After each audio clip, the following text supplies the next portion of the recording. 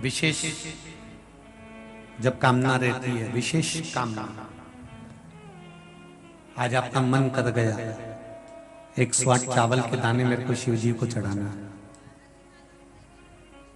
108 चावल के दाने मुझे आज शंकर भगवान को चढ़ाना। विशेष आज आपके मन में कोई मनोरथ बड़ा है, कोई कामना बड़ी है और बाबा से आपने विनती करी कि मेरा ये कार्य अटक रहा है, आप पूरा करोगे, मुझे विश्वास है। 108 चावल के दाने चढ़ाना है। आपने चंदन लगाया, हाथ की हथेली पर 108 चावल के दाने जो घर से गिनकर लेकर गए हो उसको हथेली में रखा। एक एक चावल का दाना नहीं चढ़ाया, हथेली में रखकर जो विशेष कामना, जैसे किसी कर्मकांडी ब्राह्मण से पूछा जाए पूजन होने के बाद में विशेष अर्घ दिया जाता है, विशेष अर्घ।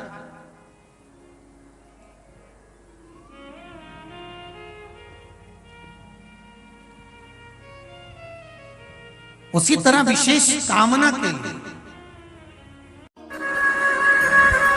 शनिवार के दिन जो पीपल के वृक्ष में सरसों के तेल का दीप लगाता है उसको शनि कभी परेशान नहीं करता। एक बात हमेशा ध्यान रखिएगा, मान लो अगर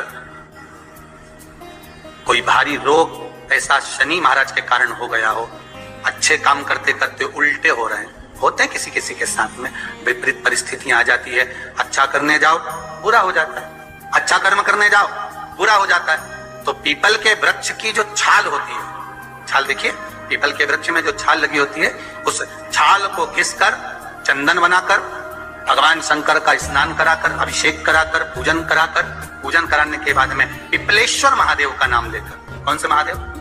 पिपलेश्वर महादेव का नाम लेकर वो जो घिसी हुई छाल होती है उस छाल का तिलक भगवान शंकर को लगा लो और उसी का थोड़ा सा भाग अपने कंठ पर, मस्तक पर लगाना प्रारंभ कर दो। धीरे धीरे जो विपरीत दशा है वो सुधरना प्रारंभ हो जाती है। पर नाम याद रखना, पिपलेश्वर महादेव का। जिस व्यक्ति का बुरा समय चल रहा हो, ना लक्ष्मी घर में आ रही हो, रोग बीमारी पड़े हुए हो, कोई तकलीफ आ रही हो, बहुत कष्ट महसूस हो रहा हो, परिवार में शांति रत्ती भर की ना हो, तो कितना सुंदर कहा, 1 लोटा पानी लीजिए, उस पानी में 5 पीपल के पत्ते डाल लीजिए। कितने पत्ते? 5। थोड़ी सी काली तिल्ली डाल लीजिए, थोड़ा सा हल्दी का गट्टा, हल्दी जो सूखी एक गट्टे में आती है ना, हल्दी की गांठ, उसका थोड़ा सा टुकड़ा उस कलश में डाल लीजिए। और जिस व्यक्ति का समय गड़बड़ चल रहा हो, लक्ष्मी नहीं आ रही हो, बीमारियां बनी हुई हो, दुख हो, तकलीफ हो, कष्ट हो, बस वो पानी को लेकर जाओ जिस व्यक्ति को ज्यादा कष्ट है, और पानी ले जाकर शंकर जी के ऊपर वो चढ़ा दीजिए। और जब शिव जी पे जल चढ़ जाए, वो 5 जो पत्ते आपने बेल उसके पीपल के डाले हैं, उस पीपल के पत्ते को उठाकर वापस अपने ऊपर जल का सिंचन कर लीजिए महाराज। आपको 3 दिन में अंतर मालूम पड़ जाएगा कि आपके कार्य बनना चालू हो जाएंगे और आप रोग से मुक्त होना चाहिए। पार नहीं होता, घर में लक्ष्मी नहीं टिक रही हो, पैसा नहीं आ रहा हो, तो बड़ के पेड़ के नीचे, पीपल के पत्ते के ऊपर, बड़ के पेड़ के नीचे की मिट्टी को गीला कर कर पीपल के पान पर, पीपल के पत्ते पर एक शंकर जी के शिवलिंग का निर्माण करो। क्या बनाना है? शंकर भगवान का शिवलिंग। शिवलिंग बनाकर उसकी बटकेश्वर महादेव के नाम से पूजन करो। 7 बार कच्चा दही चढ़ा दीजिए। उस दही को थोड़ा सा चम्मच में उठा लीजिए। उस दही को लाकर जहां तुम्हारा व्यापार है, जहां तुम कमाने के लिए बैठते हो, दुकान पर बैठते हो, उस दुकान पर उस दही से स्वस्तिक बना दीजिए। और इस पीपल के पत्ते पर जो बटकेश्वर महादेव का तुमने निर्माण करा है, इसको ले जाकर विसर्जन कर दीजिए। आपकी दुकान 3 महीने के अंदर धड़ाके से चलना प्रारंभ हो जाएगी महाराज।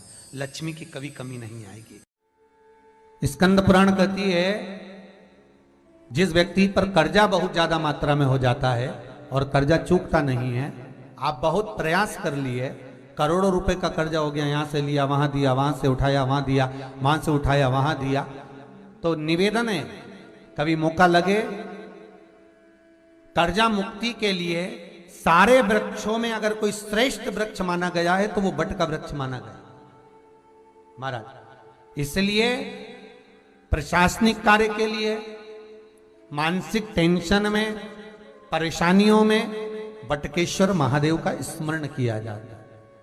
और यदि निवेदन करूंगा बहुत ज़्यादा, यदि आपको कर्जा हो गया है, बहुत ज़्यादा कर्जा हो गया और वो कर्जा चूक ही नहीं रहा, तो थोड़े दिन बड़ के पेड़ के नीचे आप बटकेश्वर महादेव के लिए 1 लोटा पानी, उसमें थोड़ा सा पिसा हुआ चावल पीस के गला लेना चावल को और पीस लेना, पीस के उस पानी में मिला लेना और मिलाकर उसमें थोड़ी सी हल्दी पिसी हुई डालकर बटकेश्वर महादेव के नाम से बड़ के पेड़ के नीचे अपनी कामना कर कर जो कर्जा हुआ है उस कर्जे का भान देते हुए, स्मरण देते हुए छोड़ दीजिए। महाराज 2 या 3 सोमवार एक ही जगह पर करना, 3 सोमवार बाद वहीं से बड़ के पेड़ की थोड़ी सी जड़ उठा लाना और उस जड़ को एक कोई धागे में बांधकर या तो अपनी गले में डाल लो या अपनी जेब में पटक लो, उसको थोड़े दिन पटक कर रखना, लगभग 2 से 3 महीना पटक कर रखो। वो जड़ जैसे बड़ का पेड़ विस्तार होता है, पानी गिरे ना गिरे, जल वृष्टि हो ना हो, गर्मी पड़े ना पड़े, उसको कोई फर्क नहीं पड़ता। बड़ का वृक्ष आप रूप फैलता जाता है, उसकी जड़ें अपने आप प्रबल होती है। उसी तरह ये बटकेश्वर महादेव कहीं से भी अगर जड़ आपके पास में रखी है 1 महीना, 2 महीना, 3 महीना तक, तो ये जड़ अपने आप लक्ष्मी को पकड़कर खींच कर लाती है और कर्जे से मुक्त कर दे। बटकेश्वर महादेव का स्मरण सुख का देना हो कि काशी विश्वनाथ का नाम लेकर एक काजल की डिब्बी को लीजिए। अगर किसी को शनि लग गया हो, कोई प्रॉपर्टी का काम कर रहे हो, कोई व्यापार करते हो और व्यापार नहीं चल रहा, बहुत अड़चने आ रही है, कोई ना कोई परेशानी पे परेशानी आ रही है, एक काजल की डिब्बी लो, काजल की डिब्बी लो, काशी विश्वनाथ का नाम लो और 21 बार उतारो और उतार कर किसी पेड़ के नीचे तक खड्डा खोद कर उसको दबा दीजिए। आपका काम यूं सफलता की ओर बढ़ना चालू हो जाएगा। शनि की कुदृष्टि समाप्त, 7.5 ढैया समाप्त, परेशानी ईश्वर महादेव। जो व्यक्ति पथ भ्रष्ट हो जाए, जैसे मदिरा के नशे में पड़ गया, कहीं जुए में पड़ गया, कहीं मांसाहार में पड़ गया, कहीं व्यसन में पड़ गया, कहीं गलत काम में अगर कोई जा रहा है, तो श्रम्भेश्वर महादेव के नाम से काली तिल भगवान शिव को समर्पित करी जाती है। महाराज काली तिल को वापस उठाकर ले आते हैं, उसी काली तिल को जो मदिरा का नशा करने वाला होता है या जो गलत व्यसन में डूबा हुआ होता है, उसको वो सुबह के समय अगर नहीं खाता तो भोजन के साथ उसको दिया जाए। श्रम्भेश्वर महादेव। एक बेलपत्री का भी बहुत अच्छा प्रयोग है श्रम्भेश्वर महादेव का, मदिरा पीने वालों के लिए, मांसाहार, व्यसन में, जुए में, पेशावृत्ति में, पर नारी में, गलत जगह पर जो डूबे रहते हैं उनके लिए। पहले की कथा में उसका वर्णन किया है बेलपत्री का। श्रम्भेश्वर महादेव, एक बार सब बोलेंगे, कौन से महादेव? श्रम्भेश्वर महादेव। फिर जम के बोल लो एक बार, श्रम्भेश्वर महादेव। जब हमारे घर में क्रोध बढ़ता है या कोई गलत कार्य में जाने लगता है, तो श्रम्भेश्वर महादेव का हमें शरणागति लेना चाहिए, श्रम्भेश्वर महादेव का पूजन करना चालू कर देना चाहिए। कई लोग कहते महाराज जी ये श्रम्भेश्वर महादेव का मंदिर कहाँ मिलेगा, हम कहाँ पूजन करने जाए? कहीं नहीं जाना, तुम्हारे घर के पास में जो शंकर जी का मंदिर है वहीं जाओ, उसी देवालय में, उसी मंदिर में जाओ, श्रम्भेश्वर महादेव के नाम से जल चढ़ाना प्रारंभ करेंगे। वो जल जो गलत संगत में पड़ा हुआ है उसका आचमन कराना प्रारंभ करेंगे, अपने आप उसकी धीरे धीरे बुद्धि सुधरना प्रारंभ हो जाएगी। ऐसा श्रम्भेश्वर महादेव। एक बात अपने जीवन में उतार कर रखिएगा, सोमवार की अष्टमी, शिवरात्रि या सोमवार, प्रदोष बन सके तुम्हारे पास में शिवालय हो या बेलपत्री का वृक्ष हो, वहां दीप दान अवश्य करना चाहिए। अब एक बात का स्मरण आपको रहे थोड़ा सा, अगर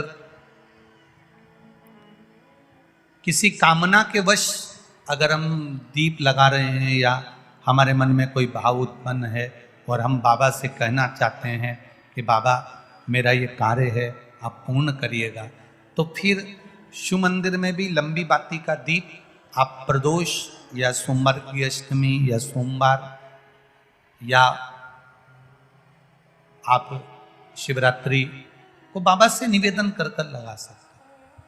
हाँ, विशेष जब कोई एक बहुत बड़ी बात हो और आपके कार्य में कहीं अटकल हो रही हो, तो एक ही दीप में दो बाती, शिव और शक्ति, लंबी बाती बनाई शिव और शक्ति के नाम से, दो बाती एक साथ एक दीप में भी लगा सकते हैं।